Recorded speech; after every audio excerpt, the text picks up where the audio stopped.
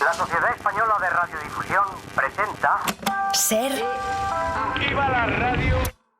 Podcast. Siempre. Estás escuchando El Abierto de Hoy por Hoy. Cada día analizamos las noticias más relevantes de la actualidad, las claves políticas, económicas y sociales, con las voces de los protagonistas y los distintos puntos de vista de nuestros tertulianos.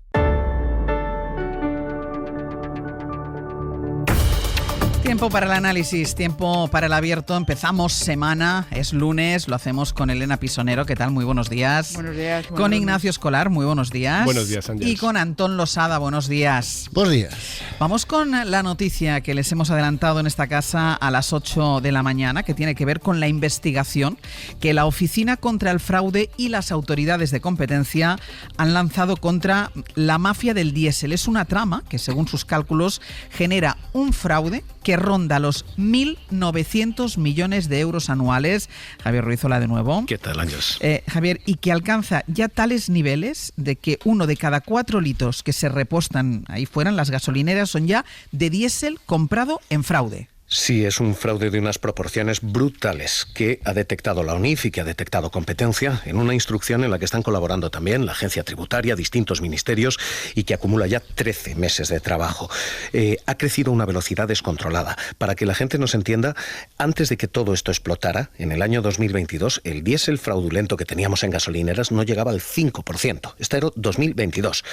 A finales del año pasado, 2023, se había triplicado, ya era del 15%. A fecha de hoy está entre el 22 y el 25%. 1 de cada 4 litros de diésel que se venden ahí fuera efectivamente tiene origen en esos operadores fantasmas. Vamos a ir paso a paso para entenderlo todo bien. Primero, ¿cómo se comete este fraude? Pues tiene varias fases. Lo primero es traer el diésel. Esto empezó trayendo diésel barato de sitios que tenían prohibido venderlo. Irán, Siria, Rusia. Los barcos lo traían, fingían una carga y descarga, un refino en puertos como Turquía o Marruecos, donde no hay refinerías, y luego se traía aquí como diésel de importación legal. Este era el primer paso, pero lo que ha explotado realmente ha sido después. Para comprar y vender es necesario ser operador petrolero registrado, empresa que tiene que firmar una declaración responsable ante industria y registrarse ante la CNMC, o simplemente comprar el nombre de un operador que ya estuviera registrado pero que no operaba. Y esto es lo que ha pasado. Ha surgido una avalancha de operadores petroleros en España que abren, venden diésel y después de cobrarle el IVA al gasolinero, justo cuando deberían pagárselo a Hacienda, cierran y se van con ese IVA, se embolsan el IVA y salen corriendo, hasta comprar otro nombre, otro registro petrolero y vuelta a empezar. Ángeles, es tal la avalancha de estos operadores que hemos pasado en España de tener unas docenas de operadores a tener 322 operadores, 200 de ellos ahora con inhabilitaciones temporales que pueden volver o con inhabilitaciones definitivas. Pero, insisto, 322 operadores petroleros tenemos en España, ni Dubái.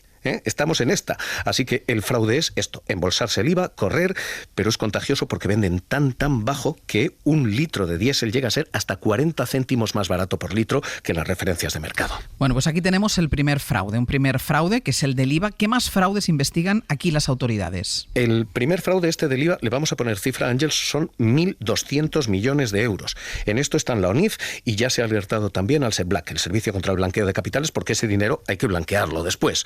Este es el primero. Segundo, el fraude de los biocombustibles. Las gasolinas en España tienen una regulación muy fuerte. Tienen que contener una cantidad de biocombustibles por litro para reducir la contaminación, emisiones de CO2. Bueno, el diésel que se está vendiendo no incluye ninguno de esos elementos bio, porque eso encarece el combustible. Así que, ¿qué permite? Vender más barato y de paso defraudamos también aquí en biocombustibles. Otros 500, 600 millones más. Y nos queda un tercer fraude. Todas las petroleras en España tienen que depositar lo que se llama fondo de eficiencia, una cuantía precisamente por contaminación, por reservas estratégicas. El combustible pirata obviamente no lo hace. Ese fraude suma entre 60 y 100 millones más. El balance final es una de las mafias más grandes que se han detectado jamás en España. 1.900 millones de euros anuales, Ángeles. ¿Y hay ejemplos concretos donde se pueda ver? Porque yo esta mañana decía que con un 25% de fraude, es decir, si uno de cada 10 litros, uno de cada 4 litros es fraudulento, probablemente todos hemos repostado diésel de esa mafia sin saberlo. Desde luego, desde luego. Hay ejemplos más que llamativos. Te cito uno que está siendo revisado por autoridades de competencia. Una gasolinera en Morón de la Frontera, en Sevilla, u otra en Zaragoza, el viernes venden diésel a 1,09. 1,09. El precio de mercado ese día y la referencia de las petroleras, el diésel legal, está en 1,45. 1,09 a 1,45. El precio que estamos vendiendo y que se está vendiendo ahí fuera es de entre 20 y 40 céntimos más bajo por litro, que para quien nos está escuchando, si llenar un depósito de 50 litros a usted le cuesta 70, con diésel comprado en fraude, el precio supera poquito más los 50. Es entre 10 y 20 euros más barato por depósito. Y claro, los gasolineros están diciendo, o entras al fraude, o compras en fraude, o te arruinan. Para nosotros están siendo ya muchos meses de pérdidas, de caída de ventas en nuestras estaciones, como nosotros otros cuantos, y estamos en una situación de desesperación. No podemos competir, se están cerrando muchas gasolineras, las legales se están cerrando, entonces está siendo bastante dura esta situación. Es tal, Ángels, el volumen de combustible ilegal que se está entregando que algunos distribuidores están empezando a regalar cisternas, a sortear cisternas para quitarse directamente ese combustible. Ojo, para quien nos esté escuchando, esto es ilegal, no es peligroso.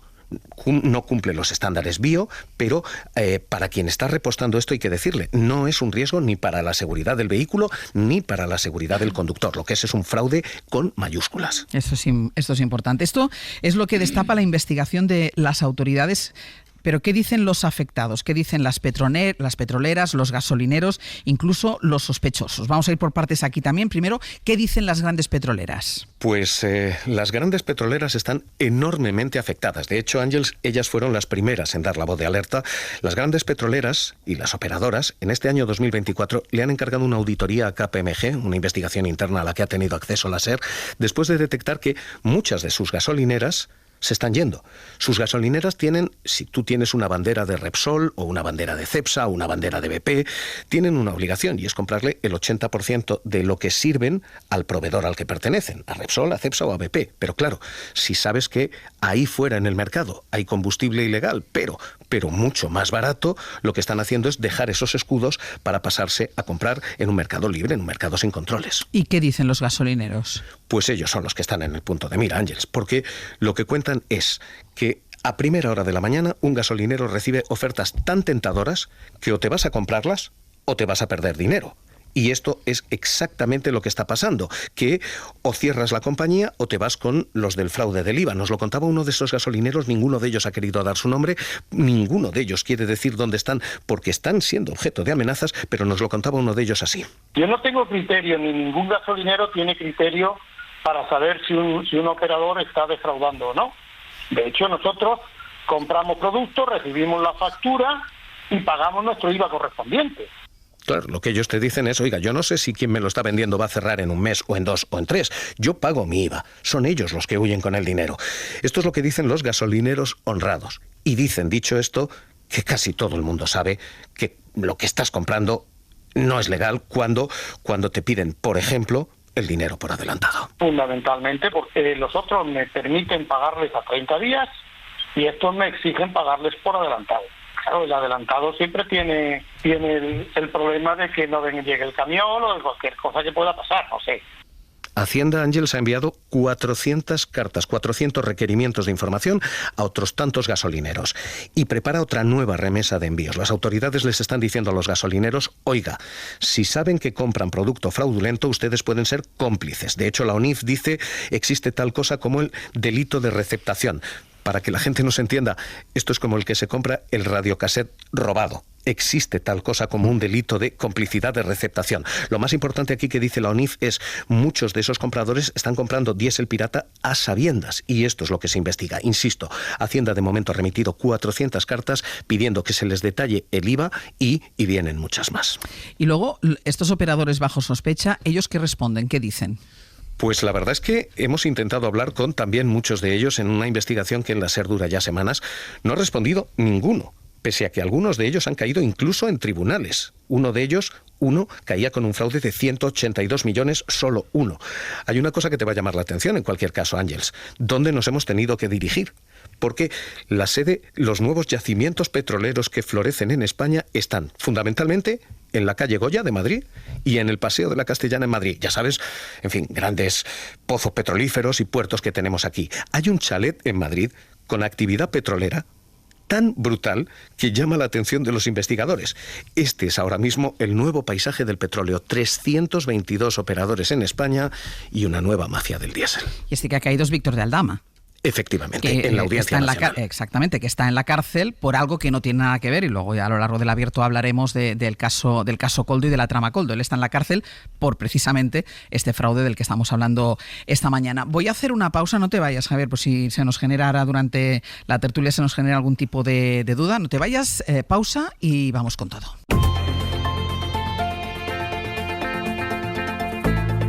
El Abierto. Ser Podcast. En el abierto, Antón Losada, Elena Pisonero, Ignacio Escolar, y está también Javier Ruiz con nosotros todavía, que nos ha contado desde las 8 de la mañana ese fraude del diésel, ese fraude que alcanza tales niveles que 1 de cada 4 litros que se repostan en España son de diésel comprado en fraude, y es una trama que, según los cálculos, está generando un fraude que puede rondar los 1.900 millones de euros anuales. Antón, ¿qué te parece?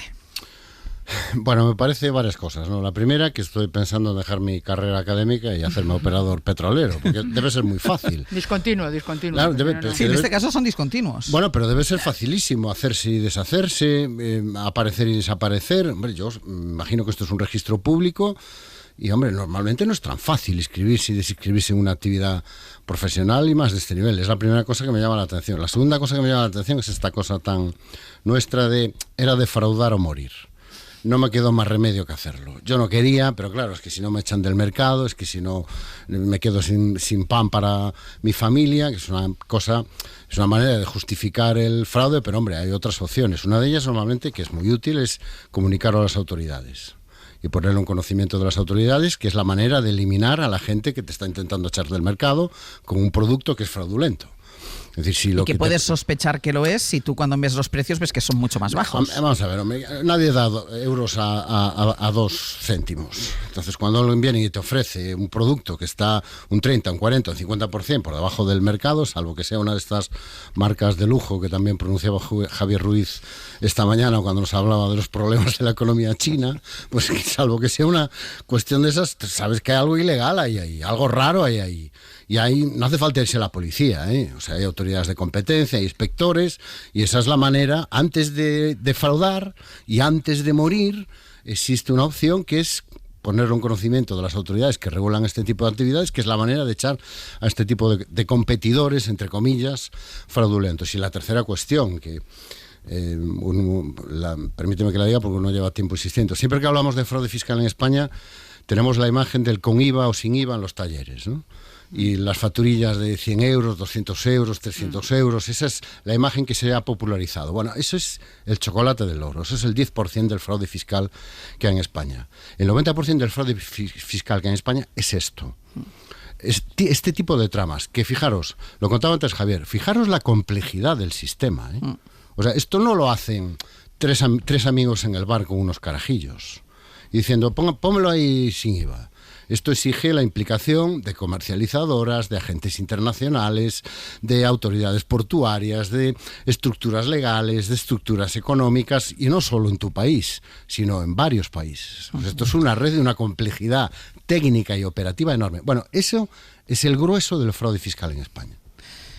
Ignacio. A mí me sorprende de todos los datos que ha dado Javier Ruiz, cómo es posible que si era una cuestión de, en fin, que o cogías este combustible 20 céntimos más barato o te echaban del mercado, cómo es posible que los consumidores no lo hayamos notado, ¿no? ¿Habéis visto alguno en alguna gasolinera diésel 20 céntimos más barato? Yo no.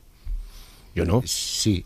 En fin, ese es el drama. Sí, es decir, Javier, un momento, es que Javier dice que sí. ¿Eres tú, Javier? Yo sí. No, yo digo que sí. Antón dice que sí. Sí. Perdón, pensaba que era Javier. Sí, ¿Tú sí la has visto? No una, dos, incluso tres. Pues a mí me ha sorprendido, la verdad, yo no lo he visto. Es decir, el precio de los combustibles no ha bajado de manera tan sensible de un día para otro. Es decir, que esos 20 céntimos irían a parar al margen comercial de la gasolinera. Es decir, que si eso es así, no hablamos de un fraude solamente del que vende, sino también de quien lo aplica. Salvo que de verdad, oye, hayamos visto, yo no lo he visto, combustible tan barato, de manera constante, una de cada 4 gasolineras vendiendo ese tipo de combustible 20 céntimos más barato. No sé, me sorprende bastante.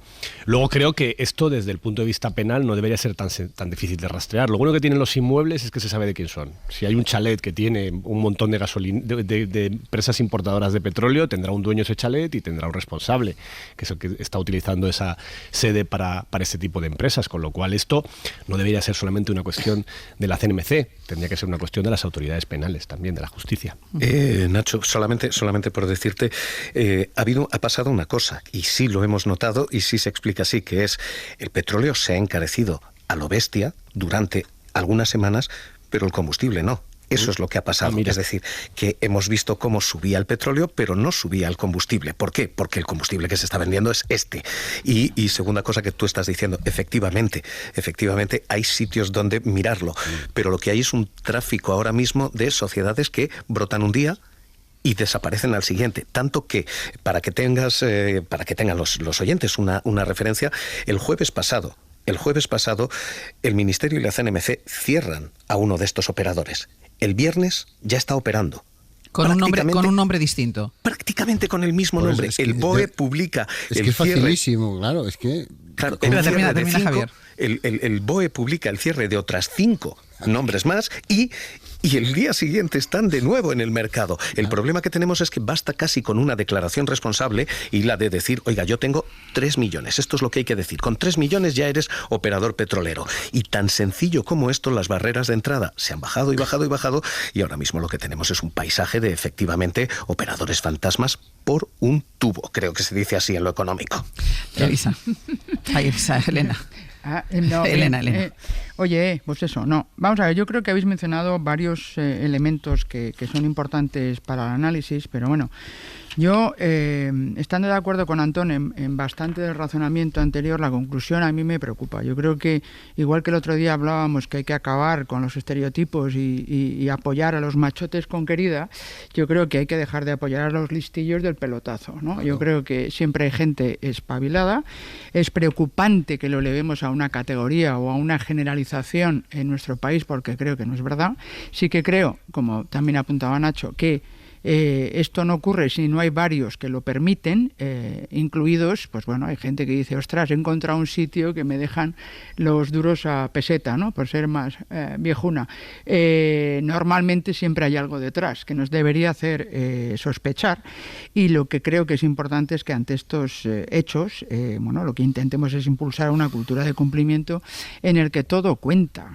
También quien pide no me pongas el IVA en la factura, porque al final eso genera, como digo, una cultura en la que no debemos tolerar que algunos se beneficien mucho a costa del conjunto. En este caso ha habido algunos que se han beneficiado o no, como bien decía Nacho, si los consumidores han pagado sustancialmente menos, pues también son corresponsables, pero creo pero el consumidor no sabe que el diésel es ilegal. Tú encuentras una gasolinera que te dan el diésel más barato. Pues... Bien, pero si es sustancialmente más barato, bueno, pues dices, a ver, ¿qué ha pasado aquí? Bueno, pero efectivamente no es su responsabilidad. No es su responsabilidad, porque si lo ofreces en el mercado ya das por sentado que cumple. Sí, entonces ahí ha es pasado donde unos vamos. filtros. Exacto. Bueno, en todo caso, el punto que hay que señalar es que tanto la UNIF como la Unidad Nacional de Inteligencia Financiera como competencia están investigando el asunto, ¿no? Como para llegar a conclusiones que puedan modificar la regulación existente, que impida que efectivamente la gente monte chiringuitos del tipo de los que estamos hablando, los operadores petrolíferos que, se están aprovechando, que ese es el otro elemento que yo añadiría, se están aprovechando de un mercado en el que hay países que están sancionados y que están aprovechando, no hay una pérdida mayor que no vender lo que tienes, y están vendiendo a saldo para poder canalizar un montón de producción que por las sanciones, si estamos hablando de países pues como Irán, Rusia, supongo que también Venezuela, que están introduciendo porque tienen que vender y por lo tanto con un margen o no, pero que están metiendo ese tipo de producción en mercados que, a pesar de que están sancionados para hacerlo. Por lo tanto, hay una cadena que, como siempre, hay que intentar analizar dónde falla, porque habrá fallos, obviamente, pero el que hablemos de 1 de cada 4, pues es bastante relevante, como para que nos lo tomemos en serio y veamos dónde se puede introducir esa regulación que impida o que dificulte al menos el que haya esos operadores que no cumplan. No porque no haya la declaración responsable que agiliza las cosas, sino porque realmente tienes que garantizar que eso no motiva o no provoca los fraudes que estamos viendo. Hay una solución regulatoria muy sencilla, que es obligarles a pagar el IVA por adelantado. Ya, bueno, pero eso estás penalizando, claro, penalizas a justos por pecadores que financian. Eso efectivamente es una posibilidad. Yo creo que los justos no les preocupará porque son los que están sufriendo este 25% de empresas que compiten de manera desleal. Me parece bien, que haya un depósito, en fin, algún tipo de avales. A mí, Antonio, voy contigo, Javier, Antón. Líbreme Dios de justificar a la gente que no paga el IVA en sus facturas de taller. Simplemente llamaba la atención sobre el hecho de que este es la parte del león del fraude fiscal en España. Bueno. Y que el estereotipo social más difundido es el de la facturilla del IVA, que es un 10, un 15% de la enorme bolsa de fraude fiscal que tenemos en España. Fíjate en las cifras. Habla Javier, 1.000 millones. ¿Sabes lo que significa blanquear 1.000 millones? La estructura que hay que tener. La estructura profesional, económica y financiera que hay que tener para procesar todo esto. Es que no es un puñadito de pícaros.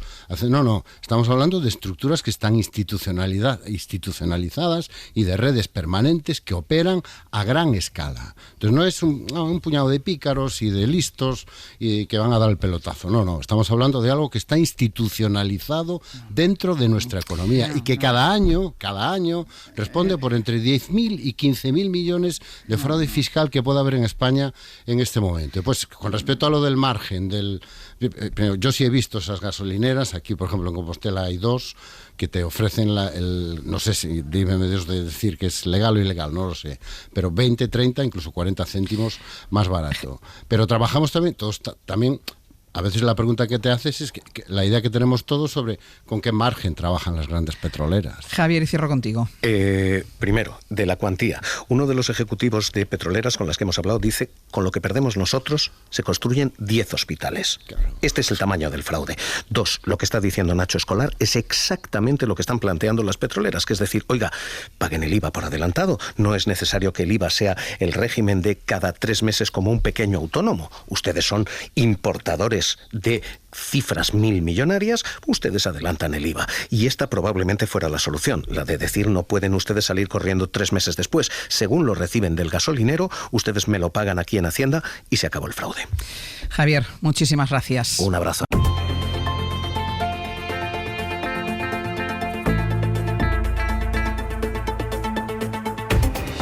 En el abierto, Antón Losada, Elena Pisonero e Ignacio Escolar. Y nos vamos a ir a Barcelona, porque hasta ahora está a punto de empezar, si no lo ha hecho ya, el World in Progress, que es un foro internacional que ha organizado el grupo Prisa y al que asisten entre hoy y mañana destacadas figuras de la política y de la economía para tratar de dar respuesta, para debatir sobre los principales desafíos globales de este siglo XXI. Ahí en Barcelona, cubriendo este foro, está Fernando Bayo. Bayo, buenos días.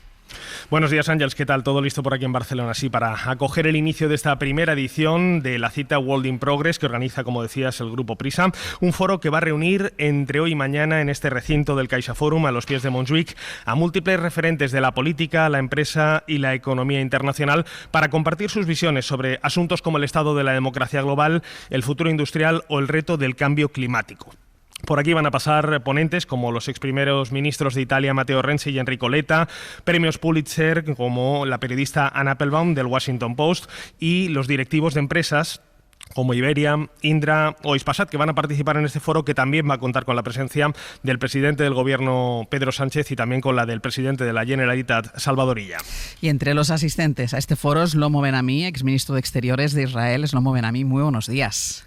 Buenos días. Déjeme que le pregunte por lo más reciente, y lo más reciente son esas imágenes del espanto del ataque de esta madrugada de las fuerzas israelíes sobre Gaza, en unas tiendas de campaña ubicadas en las afueras de un hospital y del que salen huyendo personas absolutamente calcinadas. Señor Ben-Ami, ¿qué justifica un ataque como este? Mire, la verdad es que yo no soy un portavoz del ejército israelí, pero estas son situaciones que se van repitiendo a lo largo de este conflicto, y la única manera de explicar lo que tengo, y creo que es la única que es real, que es la verdad. Yo no creo ni un momento que el ejército israelí apunta a civiles a propósito. Lo que tendría que haber allí es seguramente algún objetivo militar que el derecho internacional no prohíbe, lo repito, no prohíbe atacar instalaciones civiles en las que se ha refugiado un objetivo militar. Si ese es el caso, y yo creo que probablemente lo es porque no se me ocurre, no existe la posibilidad de que el ejército israelí, la aviación israelí, haya apuntado a propósito a civiles como tales. Esa es mi única respuesta. Y, claro, al final habrá que verlo, habrá que investigarlo. Yo creo que toda esta guerra se estará investigando cuando termine por los tribunales internacionales, causas que están pendientes, todo se verá en su momento. Pero no creo que en ningún momento el ejército israelí, ¿qué interés tiene? Si matar a civiles en Gaza es una contribución a la causa de Hamás. Hamás quiere que mueran civiles. Por lo tanto, la torpeza del ejército israelí puede ser de cierta magnitud, que no tienen el suficiente cuidado o en fin, no siempre toman las medidas necesarias, pero siempre se trata de atacar un objetivo militar. Puedes decir, bueno, pues no lo ataco para no tocar a civiles, porque matando a civiles estás contribuyendo a la causa de Yahya Sinwar, que es lo que quiere precisamente. Cuando esta guerra empezó, Ángeles, cuando esta guerra empezó, el portavoz de Hamás le preguntaron, ¿cómo es eso que todos vosotros, los líderes de Hamás, estáis escondidos en los túneles y la población civil está al aire abierto, expuesta a los ataques israelíes? Y su respuesta fue, lo que ocurre al aire libre es responsabilidad de la comunidad internacional, no es nuestra. Búsquelo en Google, verá que esa fue la respuesta. O sea, ese es el tipo de enemigo que tiene en este momento Israel. Y es una tragedia enorme, demasiados civiles han muerto y alguien tendrá que dar cuentas, en los tribunales israelíes e internacionales. Me está usted diciendo, porque dice Israel no apunta a civiles, me está usted diciendo que Hamás ha utilizado a cerca de 45.000 civiles, que son los muertos desde que ha empezado el conflicto. No, por favor. Cerca de 45 como escudos humanos. No, por favor, Ángeles, 45.000, dos observaciones. Son números de Hamás, solamente de Hamás. Es como si usted se creyera lo que dice Daesh, primero. El segundo, si son 45.000 o el número que sea, el 50% son combatientes de Hamás. No mezcle las dos cosas. Hay civiles y hay Hamás. En ese número global que usted acaba de mencionar, suponiendo que es verdad, que es correcto, son por lo menos 50% Hamás. El otro 50% da una enorme pena, es reprochable, hay que investigarlo y el que tiene que pagar que pague por la justicia internacional o la justicia israelí, que al final todo esto pasará también por la justicia israelí en su momento. De todas formas, son cifras que son avaladas también por organismos internacionales, los 45.000 muertos. Pero uno por uno. Pero la relación aquí es un civil por un combatiente. En Irak fue 3 civiles por un combatiente. En la guerra de Irak, los americanos mataron 3 civiles por un combatiente. Si, como estoy diciéndole yo ahora, el 50% de esos 40.000 son civiles, pues es una relación de 1 por 1. Estamos haciendo aquí unas matemáticas que que no sirven realmente, porque la muerte de uno es ya demasiado. Pero hay que poner las cosas en su contexto. Israel no ha inventado absolutamente nada en esta guerra, absolutamente nada. Todo lo hicieron antes y más.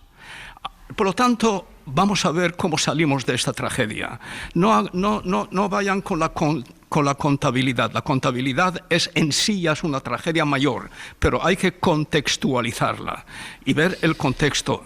Aquí hay una guerra que no es entre Israel y Hamás, es entre Israel e Irán. Un anillo de fuego que está destinado a destruir el Estado. También eso en el derecho internacional humanitario, se hace la cuestión de la proporcionalidad, siempre se define en torno a cuál es el objetivo. Y si el objetivo es evitar la destrucción, la aniquilación del Estado de Israel, que eso es lo que pretende Irán con el anillo de fuego, el anillo que ha creado con Hamas, con Hezbollah, con los hutíes, con las milicias iraquíes, chiitas en Irak, milicias chiitas en Siria. Israel está luchando en 7 frentes.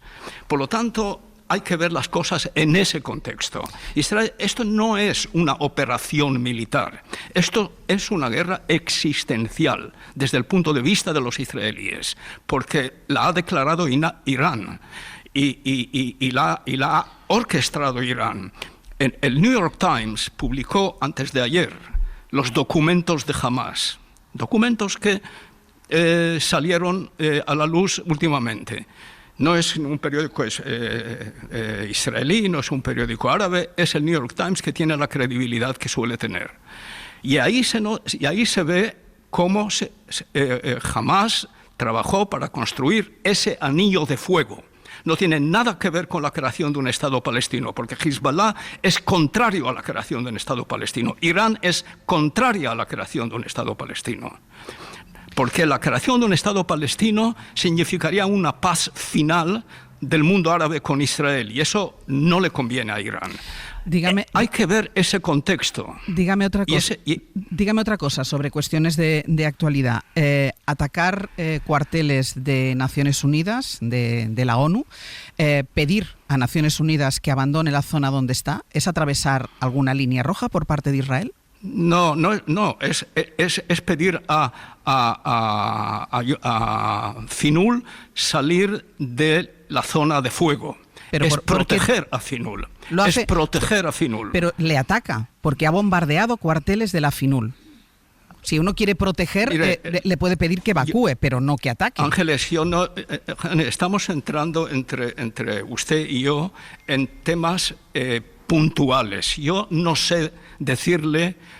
Yo sé cuál es la explicación que los israelíes dan. Que se investigue. Los israelíes no han disparado a propósito a FINUL. FINUL estaba en una zona de fuego, se les pidió que salgan de esa zona de fuego y a lo mejor ahí se creó una confusión. No entiendo, no sé decirle. No le voy a explicar lo que no conozco.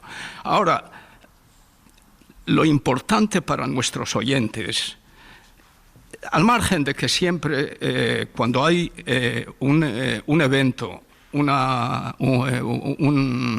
incidente, y hay 3 opciones de explicar el incidente, naturalmente siempre se suele ir a la opción de culpabilidad del ejército israelí. A lo mejor es así, a lo mejor no es así, pero es raro. Lo que yo creo tiene que ser de interés para nosotros hoy es ver cuál es el futuro del Líbano y qué hace ahí FINUL. FINUL, esa fuerza de la ONU, está ahí porque en el 2006 se tomó una decisión del Consejo de Seguridad, una resolución del Consejo de Seguridad que hablaba de la desmilitarización del sur del Líbano.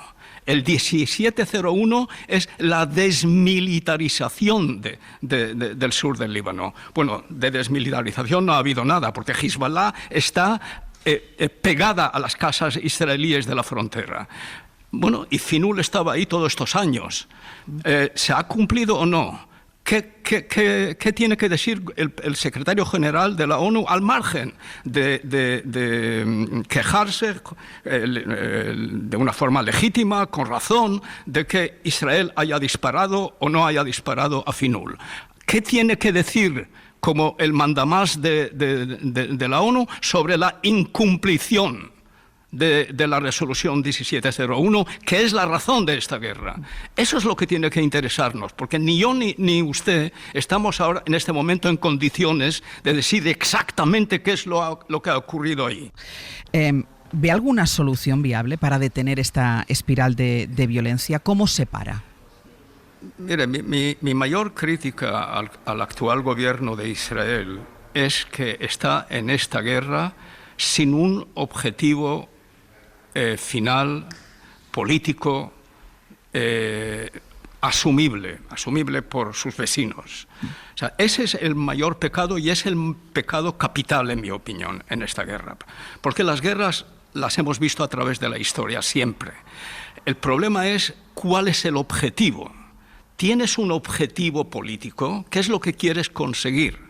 Y este gobierno parece que está metido en una guerra infinita, en una guerra de aniquilación al otro. Si el otro quería aniquilarte, ahora lo que tú quieres es aniquilar al otro.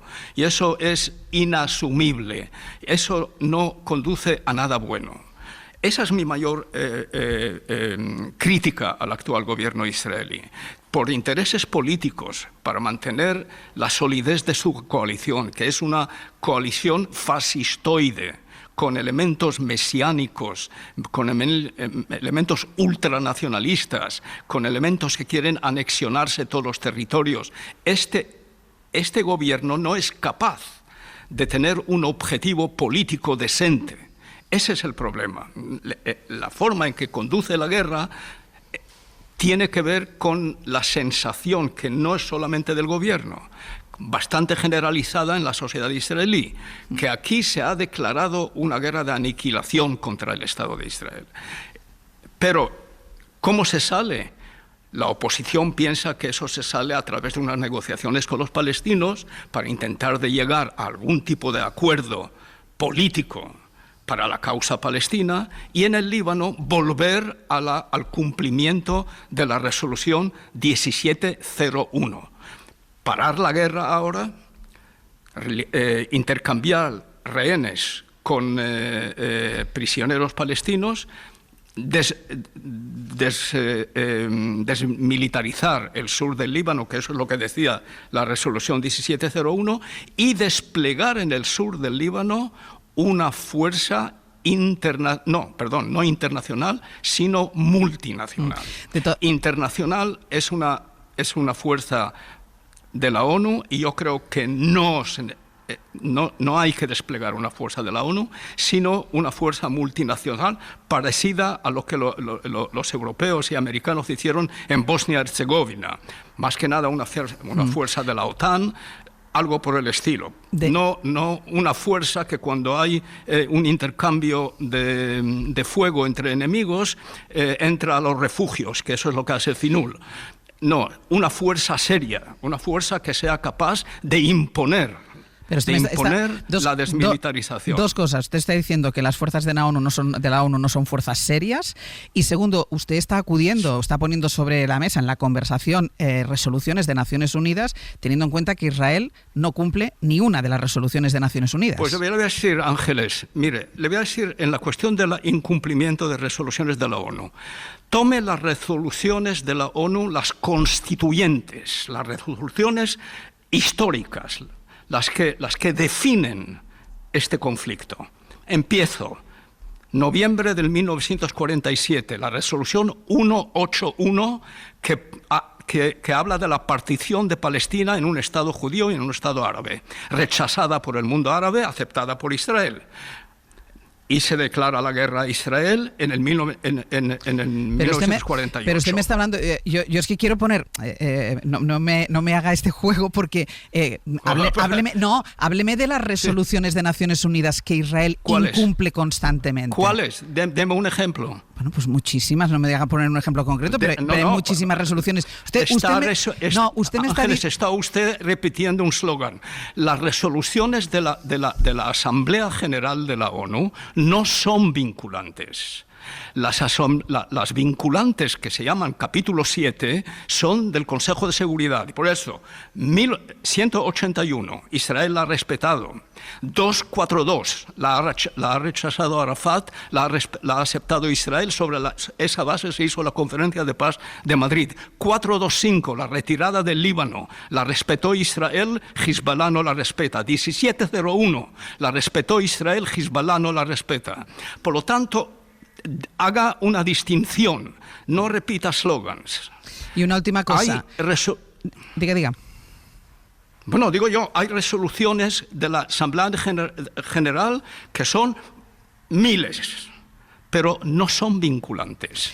Y ningún país que yo conozca no va a aceptar resoluciones que van contra lo que ese país define como sus intereses más existenciales. Pero las constituyentes, las que definen la naturaleza de este conflicto, Israel las ha cumplido.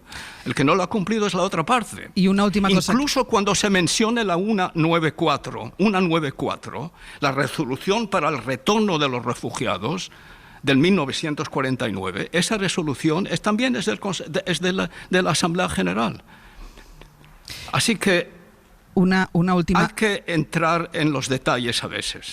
Todas las resoluciones sobre asentamientos ilegales, esas no son vinculantes. Vamos a ver. En los acuerdos de Oslo que Israel...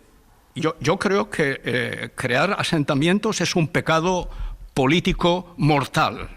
Y yo luché toda mi vida política contra la creación de asentamientos. Y yo he negociado más que nadie acuerdos para la solución de 2 estados. No hay ninguno que haya llegado más cerca que yo a llegar al acuerdo final. Y por lo tanto yo soy contrario. Pero resulta que en el acuerdo de Oslo entre Israel y Arafat no se dice nada sobre los asentamientos. Arafat no puso ni una letra en los acuerdos de Oslo sobre la creación de asentamientos. Por lo tanto, independientemente si hay o no hay una resolución de la ONU en la cuestión de asentamientos, no hay que crear asentamientos. Hay que dejar abierta la zona, la región, para un Estado palestino. Y el hecho de que Israel lo haga, siga extendiendo los asentamientos, es un pecado político mortal, porque asesina la solución de 2 estados. Lo tengo que dejar aquí. Shlomo Ben-Ami, exministro de Exteriores de Israel, muchísimas gracias por habernos atendido. Muy buenos días. Bueno, buenos días.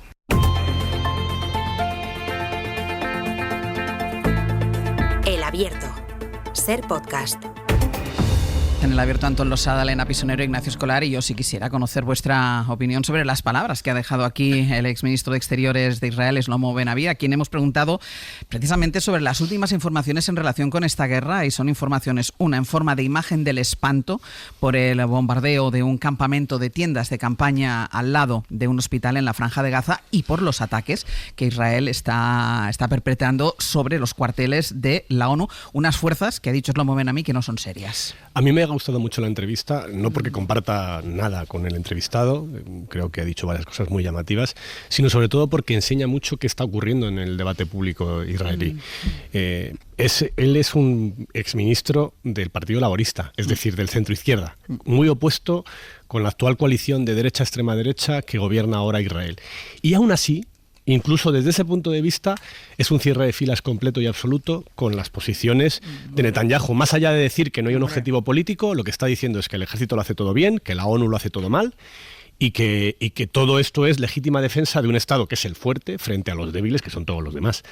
Porque aquí una de las claves de este asunto es que yo desde luego no niego los crímenes de Hamás, ni niego que es infame que haya milicias que estén bombardeando a zonas donde viven civiles. Lo que digo es que quien tiene responsabilidad en una guerra de estas características es el fuerte. Y el fuerte, con muchísima distancia sobre todos los demás en esa región, es Israel, que está ocupando un territorio desde hace décadas, desde hace más de medio siglo, sin dar a los ciudadanos que están allí y que están sometidos bajo su dominio a ningún tipo de derecho político. No pueden votar, tienen una matrícula de coche distinta a los demás y no pueden moverse con libertad. tienen que cruzar checkpoints cada 2x3 en algunas zonas para poder ir a su trabajo y pasan horas ahí.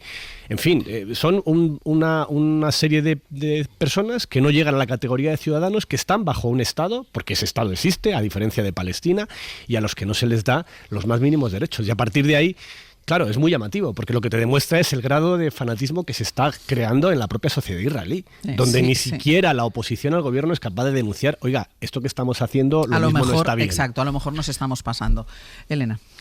Sí, a mí también me ha gustado la entrevista, que ha sido dura, difícil, pero efectivamente ha puesto sobre la mesa elementos que tenemos que tener en cuenta para contextualizar algo que no podemos leer con nuestra mentalidad occidental, en el que uno del principio básico de nuestra convivencia es la seguridad. Eso no existe en Israel. Yo creo que es muy importante para entender la geopolítica actual tener esa empatía de ponerte en su situación. Los mapas que estamos viendo en prensa estos días demuestran cómo Israel será muy potente en muchas cosas, pero claramente está en mitad.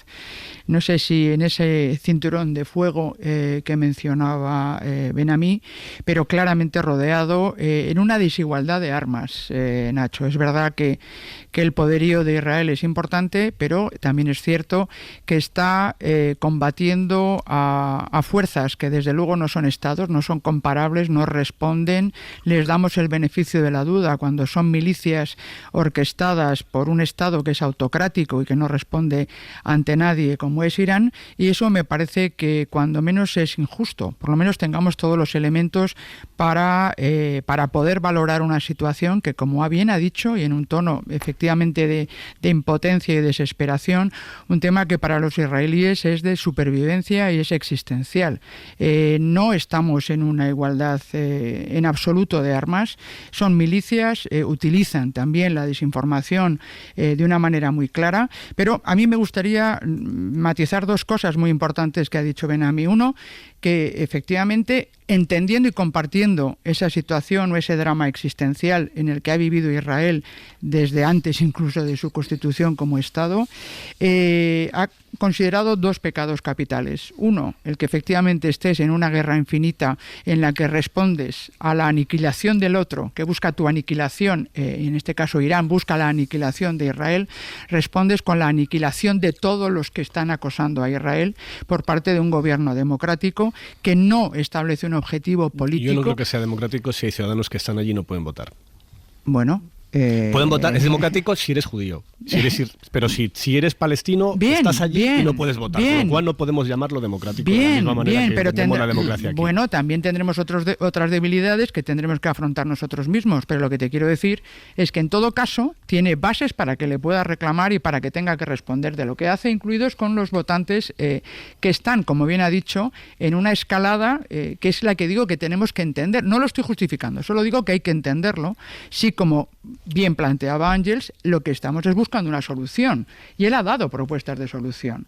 Él ha planteado una serie de elementos en los que desde luego lo que tenemos es que entender de qué estamos hablando, y por lo tanto yo creo que esto nos debe dar un elemento que también Israel ha cometido un pecado que no ha mencionado Ben-Ami, que es el de contribuir también al debilitamiento de las instituciones de aquellos países en el entorno y en concreto del Estado palestino, que al final demuestra que si tú te cargas la institucionalidad es difícil que luego busques vías de convivencia sana sobre reglas que efectivamente ahora lo que se ha demostrado es que ya no existen. El derecho internacional no se aplica en esa zona del mundo.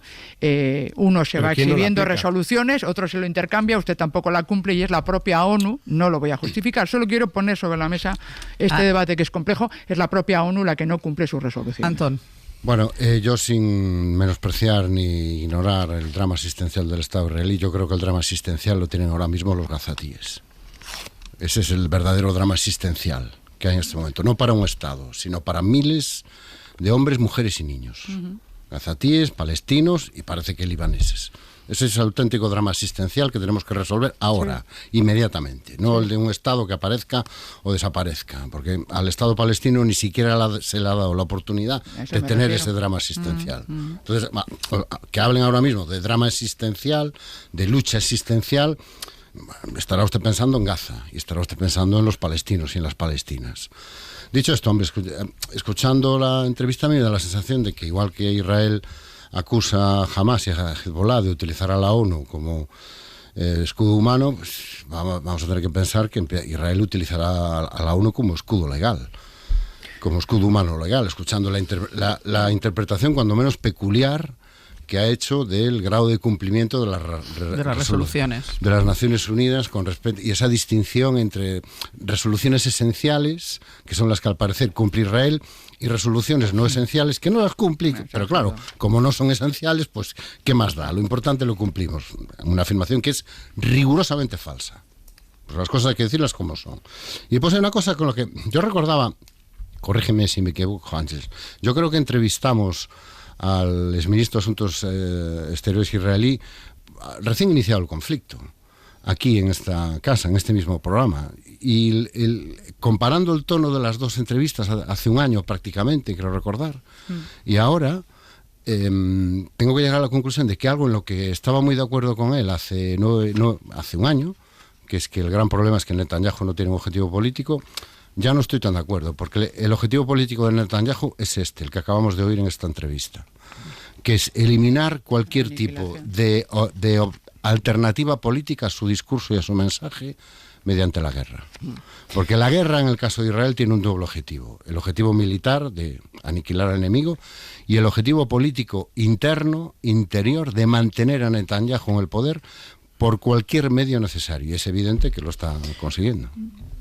¿Qué vas a decir algo? No, que yo creo que sí, que yo por eso enfatizaba que es verdad que ha hecho una crítica muy clara al gobierno de Netanyahu, compartiendo el drama existencial, pero ha hecho una crítica muy clara. Es decir, tú puedes plantear una guerra que, bueno, en fin, que dices tienes unos objetivos concretos y sobre todo tienes un objetivo por hacer la guerra. Lo que ha hecho es una propuesta. Esa propuesta sí que abre una vía para una alternativa. Una propuesta que es imposible mientras Netanyahu esté en el poder. Bueno, pero Netanyahu, bien, pero existe una alternativa que es la que debe imperar y en la que tenemos que ayudar si eso al final facilita el fin de la guerra.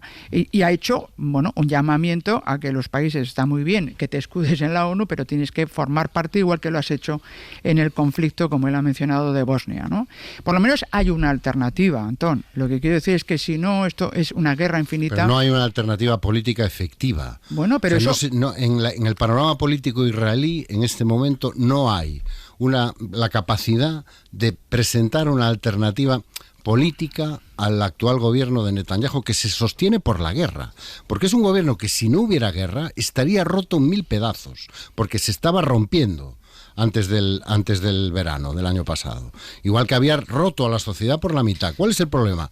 Que ni el Partido Laborista, que en teoría es la alternativa, es incapaz de configurar un discurso alternativo que le permita llegar al primer paso para cualquier solución, elecciones. Pero porque el pegamento es la guerra. Claro, Acabamos de escuchar a Shlomo Ben-Ami. El pegamento es la guerra. Ese es el objetivo político. Por eso decía que no estaba tan de acuerdo como hace unos meses. Hay un objetivo político en lo que está haciendo Netanyahu. Utilizar la guerra como el pegamento que le permite agarrarse al poder por cualquier medio necesario. Sí, es bastante evidente. Netanyahu está huyendo hacia adelante, sabiendo que mientras siga la guerra, pues la oposición queda así, como hemos visto, incapaz de cuestionar lo más básico, más allá de decir que no hay un objetivo político. Incapaz de pedir elecciones. Pero vuelvo al planteamiento, esta idea de la solución es los dos estados, vale, y mientras tanto, porque llevamos 60 años con un estado, que es el único estado que hay en la zona, que hay un montón de ciudadanos que están allí desde hace un montón de décadas sometidos a ese estado y que no tienen derechos, tienen los mismos derechos que los bantustanes durante la época del apartheid en Sudáfrica, exactamente igual. Es el modelo que está ahora funcionando, mientras no se pase al modelo de los dos estados, si es que algún día esa alternativa existe. Y hasta que eso ocurra, estamos ante una anomalía enorme donde Israel se presenta además como la principal víctima de la zona, cuando es el principal responsable, porque es el más fuerte, porque es el que tiene de verdad enfrente. Sí, es muy desigual, pero porque uno tiene la bomba atómica y los otros son milicias sin ningún tipo de armamento como el que tiene un ejército como el Israel, que evidentemente no deseo que tengan más armamento, pero lo que me refiero es que claro que hay una responsabilidad mayor por parte del más fuerte, que es el que tiene la capacidad ahora mismo, hoy, de llegar a un alto el fuego, por ejemplo, cosa que no va a ocurrir mientras no lo quieran Netanyahu. Al más fuerte hace un año le infringieron una masacre. Sí, eso fue muy llamativo. ¿Cómo es posible que ese país, capaz de colocar explosivos en cualquier de Hezbollah, no se entere de que le están preparando un ataque terrorista en su zona de la magnitud que vivimos hace un año? ¿Cómo es posible ¿Qué quieres decir? ¿Que permitió que ocurriera para tener guerra? Hay bastantes evidencias publicadas ya en prensa de que tenían algo de información de que estaba ocurriendo. Dejadme que lo aparque aquí porque me queda todavía una cosa que va a marcar el día. Bueno, marca desde ayer porque el Partido Popular considera tan grave todo lo que está pasando con la trama Koldo que tuvo que adelantar a un domingo la reunión de su comité de dirección. No podía esperar al lunes. Habitualmente las reuniones del comité de dirección son los lunes por la mañana. Es tan grave lo que está pasando que el PP convocó ayer a su dirección. No te rías, Antón. Convocó ayer a su dirección a la hora del aperitivo. Mariela Rubio, hola de nuevo. Hola de nuevo, Ángel. Y de esa reunión sale la presentación hoy en la Audiencia Nacional por parte del PP de una querella contra el PSOE por presunta corrupción. Dicen que señalan a Pedro Sánchez como el cabecilla de una trama en el partido, piden su dimisión. Saben que no pueden hacer más políticamente, por eso van por la vía judicial, porque no tienen apoyos suficientes, por ejemplo, para una moción de censura. Sí, porque una moción de censura sin números para salir, es lo que dicen en la calle Génova, solo terminaría reforzando a Sánchez y pondría el foco de nuevo en el PP, cuando el PP, Ángels, busca justo lo contrario, huir del desastre de la votación sobre la reducción de las penas a los presos de ETA, que ha provocado la primera crisis interna de calado de la era Feijóo, exprimiendo las revelaciones del caso Koldo y tratando de situar a Sánchez a la cabeza de la trama, como hacía ayer Cuca Gamarra. Los silencios y las mentiras cuando han hablado del propio presidente del Gobierno. Nadie miente ni nadie calla, salvo que tenga algo que ocultar. No solo lo sabían y lo taparon. Tras las últimas informaciones que se han conocido en los últimos días, ahora también sabemos que en la trama era conocido como el número 1. Pero aunque el PP, Ángels, pide la dimisión de Sánchez, tampoco quieren los populares llamarle ahora a comparecer en el Senado en comisión, porque admiten que sin material suficiente podría incluso salir fortalecido del trance. Con la querella que van a presentar hoy contra el PSOE en la Audiencia Nacional, el PP quiere trasladar la idea de que los socialistas están viviendo su propia Gürtel, con financiación ilegal, cohecho y tráfico de influencias. Pero el informe de la UCO no aporta indicios sobre este extremo. Es básicamente una querella basada en informaciones periodísticas, pero no en las últimas revelaciones policiales. Esta querella, una vez presentada, eso que nos dice nuestro compañero Miguel Ángel Campos, es muy posible que recaiga en el juzgado que instruye el caso Koldo, así que el juez Ismael Moreno, si no aprecia un defecto de forma, dará traslado a la Fiscalía Anticorrupción, que tendrá que informar acerca de la admisión a trámite o no. En torno a las 10:30, Ángels, Borja Semper hará declaraciones a la puerta de la audiencia. Además de percutir con el caso Koldo, Feijóo se va a ver hoy, esta mañana, con la patronal y con comisiones obreras para hablar de conciliación y para tratar así de poner sordina al asunto de las penas de los presos etarras, que hoy se va a votar en el Senado. Debería haberse votado antes, pero el PP quiso retrasarlo para desgastar al Gobierno y al final esto se le ha vuelto en contra en materia de tiempos. Con todo, la estrategia hoy seguirá siendo la misma que en jornadas anteriores. Va a defender la posición popular la senadora Marimar Blanco. Mariela, gracias. A vosotros. Esto por parte del Partido Popular. El Partido Socialista tendrá que empezar la semana haciendo frente a esta estrategia del PP, que según los socialistas está sobreactuando. Guillermo Lerma, hola. Hola de nuevo, Ángels. Dice el PSOE que el PP no les puede dar lecciones sobre cómo luchar contra la corrupción. No pueden hacerlo, reiteran, desde una sede cuya reforma está pagada con dinero negro y cuando tienen aún pendientes varias causas relacionadas con la corrupción. Los socialistas ven a un PP sobreactuado presentando una querella sobre un asunto que está ya judicializado para intentar tapar, dicen, la crisis interna que se les ha abierto por su apoyo a la ley de antecedentes penales. Ferraz acusa a los populares de seguir en esto la misma estrategia que pseudosindicato Manos Limpias con Begoña Gómez, es decir, basar su querella en recortes de prensa y declaraciones anónimas sin contrastar, todo para intentar relacionar un caso que está perimetrado en torno a Ábalos con otros miembros del gobierno y del partido. En el Ejecutivo creen que Feijóo quiere trasladar una imagen de situación crítica en el país con la corrupción, un tema en el que, recuerdan, Génova no tiene ninguna credibilidad. Cuando el Partido Popular actúe de esta manera contundente, podrá ser capaz de dar lecciones Mientras tanto, el Partido Popular seguirá siendo para todos los españoles el partido que rompía a martillazos los ordenadores para ocultar su corrupción. El PSOE asegura que respondió de manera contundente cuando se conoció el caso. Dan por hecho en Ferraz que el PP basará en este tema su estrategia en las próximas semanas. Ferraz responderá a las acusaciones, pero intentando a la vez poner el foco en la gestión, en temas como la vivienda, donde esta semana el Gobierno espera adoptar nuevas decisiones que les permitan recuperar la iniciativa. Guille, gracias. Hasta luego. I've got your image in the middle of my mind, and every single time you make me very high. 100 años de radio. Two lovely people. Pues vamos a ir terminando ya el abierto. Están aquí Sergio Castro y Pepe Rubio. ¿Qué tal? Buenos días. Buenos días. A ver, contadnos. Mira, vamos a empezar como todos los lunes a partir de las 10 y unos minutos con Cuenta con Bob. Todas aquellas dudas que tengan, cómo deben de proceder por la vida, sastre, un manual correcto cualquier para encontrar cosa, el camino recto. Tú le tipo llamas de a menudo, ¿no, Bob? circunstancia. Cuando estás así como perdido y despistado. Hasta de madrugada sí. lo hace. Sí. Hasta de madrugada lo hace. Sí. 900, 100, 800. ¿Qué le preguntarían a Bob? ¿Cómo creen que debería actuar Bob en una circunstancia que ustedes le propongan? Cualquier tipo de duda, incertidumbre, Bob se la resuelve. Vale. Después en la dupla vamos a aprovechar con Rafa y Galder la despedida la semana pasada de Andrés Iniesta para preguntarnos por cómo ha cambiado la imagen y la gestión de la imagen de los futbolistas con las tecnologías. Bueno, vale. Y bueno, ¿Quién ha dicho bueno? Yo. Antón. Sí, que es futbolista del Deportivo. Sí. Bueno. Y el artesano ¿Perdón? Pablo. Sí. No, he oído Deportivo y me he quedado esperando. De La Coruña. Esperando el punchline, pero no ha llegado. Ah, bueno. Puedes llamar a Bob y Bob te responderá a tu duda. Sí, te lo resuelve.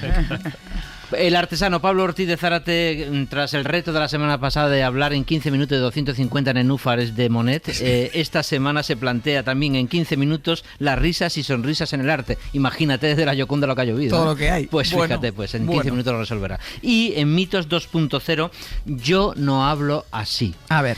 Es a raíz de una gallega, por cierto, la madre de Adriana Mourelos, que se queja de que las imitaciones que se hacen del gallego pues no son adecuadas, son muy ridículas, ¿no? Entonces le ponen de los nervios. Y eso lo vamos a extender a otros acentos, pues con imitaciones que se hacen del andaluz, del aragonés, del catalán, ¿no? Es decir, si realmente nos sentimos a gusto cuando imitan en la tele, el cine, nuestros acentos. ¿Por alusiones, Antón? No, hombre, no, nos imita muy bien. Hablamos muy bien.